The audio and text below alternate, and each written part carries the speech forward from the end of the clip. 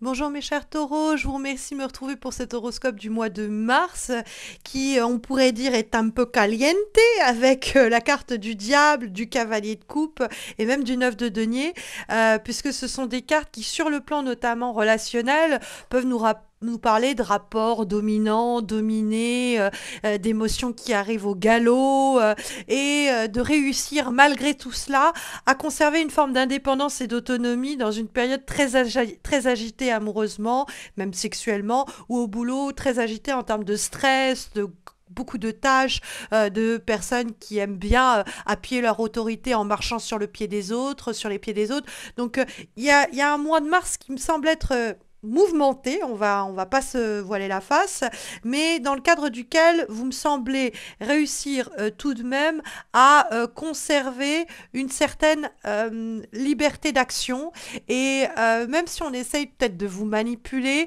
je pense que vous êtes fort ou forte de vos expériences passées et vous voyez arriver les personnes avec leurs gros sabots avant même qu'ils aient ouvert leur bouche, quoi. C'est-à-dire que vous êtes là, pou, voilà, celui-ci ou celle-là, je la vois, mais à 10 000, avec ses petites manipulations à deux balles. Elle est hypocrite, elle est faux cul, je sais comment elle est fichue, j'ai déjà rencontré assez de personnes comme ça, ou vous avez l'habitude de cette personne-là. Mais c'est vrai qu'on trouve le diable qui apparaît dans les obstacles et les difficultés. Et la carte du diable, ça peut être des fois des passions, mais dangereuses, hein. C'est les folies amoureuses. Comme on a le cavalier de coupe, il y a quelqu'un qui peut arriver dans votre vie, mais il faut pas que la personne, elle saccage tout sur son passage ou qu'elle ne laisse que des ruines et des miettes de votre vie ancienne. Parce que c'est vrai que le cavalier de coupe et le diable, ça peut être l'idée de la question de l'équilibre. C'est pas parce qu'il y a ce projet qui nous botte énormément au niveau du boulot ou cette nouvelle relation amicale ou amoureuse qui débarque, que du coup, on doit être égoïste et ne penser qu'à cela et laisser tout le reste à l'abandon. Hein, notre vie de famille, notre boulot ou notre vie amicale ou quoi. Il y a cette idée avec le cavalier de coupe et le diable, l'idée de, comme tout ce que l'on va vivre va être terriblement intense, il faut pas trop qu'on se laisse absorbé, complètement happé par ça et qu'on finisse noyé sous ça.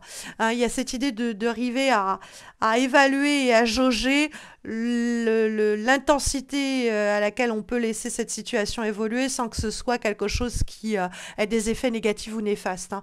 C'est l'idée, par exemple, pour vous donner une image, c'est je vais bien picoler ce week-end, mais il faut que je m'arrête avant que ça me rende malade pour que je passe une bonne soirée et pas que derrière ce soit la pire soirée de ma vie ou le pire lendemain de cuite de ma vie. Alors, c'est vraiment à titre d'exemple, mais voyez ce que je veux dire sur j'ai décidé de vivre une passion amoureuse et je dois la vivre à plein complètement et vraiment, mais il faut pas que derrière je sois esclave de ça. En fait, c'est la question de quelque chose qui me plaît énormément, avec par quoi je suis animée presque viscéralement. Il y a quelque chose d'animal et de sauvage des fois dans le diable quand il pose problème, mais justement, il faut pas que je devienne otage de cela. Hein, c'est comment un plaisir devient une addiction et comment cette addiction, eh bien, nous asservit et nous assujettit à des situations peu saines et qu'on pourrait même dire toxiques. Donc faire attention à l'équilibre entre les deux avec la carte du 9 de denier, c'est dans une situation donnée réussir à préserver une indépendance, une autonomie, malgré, par exemple, quelqu'un qui veut tout contrôler, qui est sur nos côtes H24, ah, tu fais ci, tu fais ça, réussir à, de façon rusée, avec le 7 d'épée, ne pas rentrer dans le conflit que la personne recherche peut-être pour asseoir son autorité ou pour essayer de nous manipuler ou de nous intimider. Il y a avec la carte du 7 d'épée l'idée que vous voyez clair à travers son jeu et que avec beaucoup de finesse et d'intelligence, vous arrivez à sortir votre épingle du jeu, à mener votre barque de sorte à que l'autre ne réussisse pas à empiéter sur votre plate-bande sans pour autant qu'on soit dans un rapport de force direct. Parce que le diable, il peut y avoir une sorte de bras de fer où l'autre veut nous dominer, d'une façon peut-être même quelquefois inconsciente, hein, mais il y a ce truc qui nous prend à la gorge, et avec la carte du 7 d'épée, où on essaye peut-être de nous mener en bateau, on essaye de nous induire en erreur, on essaye de nous pousser à la faute quelquefois et justement on réussit à tenir bon. Si jamais vous êtes dans une situation triangulaire, faites attention que vous soyez celle qui trompe ou celle avec qui on trompe.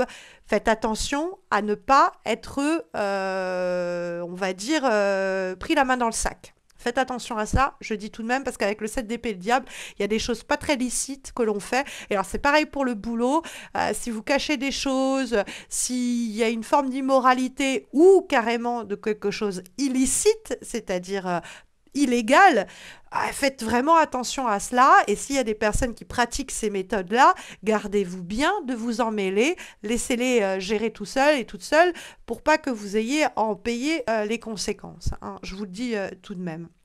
Mais c'est vrai que je vous disais qu'on avait un mois de mars assez olé olé, du fait que le cavalier de coupe annonce l'arrivée d'un message, d'une opportunité, d'une invitation, d'une romance qui vous comble et qui pourrait un peu, comme je vous ai dit, tout renverser sur son passage, quoi.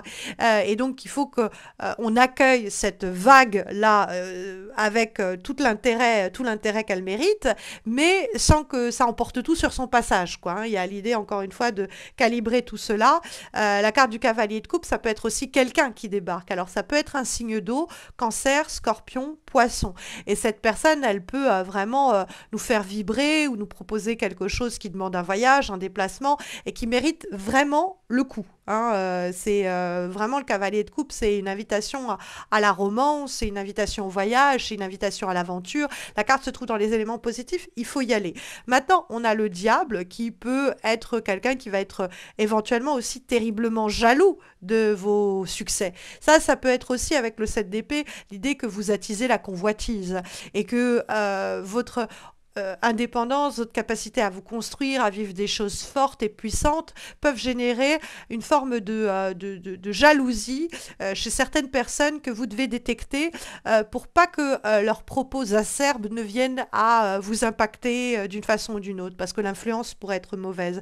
C'est-à-dire qu'on pourrait vous lancer des pics qui pourraient vous atteindre si vous n'avez pas la capacité à capter qu'en fait c'est la jalousie ou l'envie qui parle. C'est aussi possible. Le diable, faites attention aux dépenses parce que dans cet ouragan d'émotions, vous pourriez vous laisser aller à faire des dépenses que vous pourriez regretter par la suite. Donc faites attention à l'aspect économique et matériel et dans tous les rapports de force, quels qu'ils soient, au boulot ou qu'aux caisses ou même dans les relations intimes, gardez le pouvoir. Avec le 9 de denier, ça pourrait être l'idée qu'on peut essayer de vous passer la corde autour du cou, vous menotter, vous, on va dire, dominer, on n'y arrivera pas. De toute façon, parce que le 9 de denier, il y a cette force d'esprit, cette force mentale, cette indépendance qui fait que de toute façon, même si on essaye d'appuyer sur tous les boutons pour un peu nous dominer, la domination que l'on subit, c'est celle à laquelle on concède le désir de domination de l'autre. C'est-à-dire que dans des rapports sexuels, par exemple, on a envie d'être dominé et dans ce cas-là, on est dominé. Mais c'est parce qu'on le veut, en fait. Les seules situations où on perd le bras de fer, c'est parce qu'on veut laisser à l'autre croire qu'il gagne ou parce que ça nous amuse ici d'être dans une position qui n'est pas celle de la toute puissance en fait, hein. Mais bon, c'est vrai qu'avec la carte du 7 d'épée en guise de vibration, on voit qu'il peut y avoir des conflits d'intérêts, qu'il peut y avoir des manigances, qu'il peut y avoir de l'hypocrisie. Et dans ce cas-là, vous les repérez et vous faites attention à cela. Il y a l'idée aussi avec le 7 d'épée où on pourrait cacher certaines choses dans notre avancée et peut-être que c'est nécessaire avant de révéler au grand jour notre indépendance, notre autonomie et le fait qu'on ait construit quelque chose qui tienne debout tout seul. C'est aussi possible. Mais c'est vrai qu'on peut être aussi dans les premiers temps d'une situation où personne ne montre les cartes de son jeu, hein, sans jeu de mots ici. C'est-à-dire qu'on avance à pas feutrés, à pas voilés dans cette situation, dans ce projet, dans cette relation, en ne montrant pas à l'autre toutes nos capacités et en attendant le bon moment pour les révéler au grand jour avec la carte du 9 de denier. Mais il y a cette capacité à préserver une indépendance d'esprit, une autonomie dans des rapports pourtant excessifs ou de force, de réussir à préserver un équilibre qui est tout à votre honneur et qui annonce du coup quelque chose de très riche et très enrichissant pour vous, hein, parce que le 9 de denier, c'est quand même la direction où on vous sent en train de faire ce qui vous chante, comme ça vous chante, d'avoir des moyens moyens peut-être matériels et financiers à apporter, des ressources pour mener votre barque comme vous le désirez et l'entendez. Comme avant-dernier message, avant-dernière information, nous avons une lame qui va pas mal résonner avec le reste de la guidance de ce mois de mars. Et cette carte, elle est issue de l'oracle français d'Adrien, l'oracle d'Adrien que vous pouvez retrouver en présentation dans une vidéo unboxing flip-through que j'ai faite et qui apparaîtra en suggestion à la fin de cet horoscope. Et nous avons la carte de la confiance. Donc ça résonne pas mal avec le 7 d'épée et le diable. On fait confiance, mais dans les limites du raisonnable, on garde l'œil ouvert dans les rapports nouveaux ou un peu sulfureux qui pourraient se présenter en ce mois de mars. La carte de la confiance, c'est une carte qui nous parle de secousses, d'obstacles, de tempêtes.